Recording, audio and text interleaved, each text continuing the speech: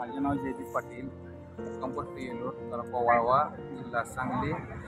मी FMC कंपनीचं Petra हे product वापरलेलं आहे. मला कंपनीच्या साहेबांनी हे ट्रायलसाठी मला हे दिलेलं होतं, वापरायला दिलं होतं. त्यानंतर माझा हा रिझल्ट तुम्ही पाहिला असा तर अतिशय जिथं वापरलंय तिथलं ऊसाची जाडी, ऊसाचा पानं रुंदी आणि न वापरलेल्या ठिकाणी तर तुम्ही बघितलंच तर त्याचा फरक आणि जिथं मला साहेबांनी हे करायचं होतं त्याचा फरक यात जमीन आसमानचा हे आहे.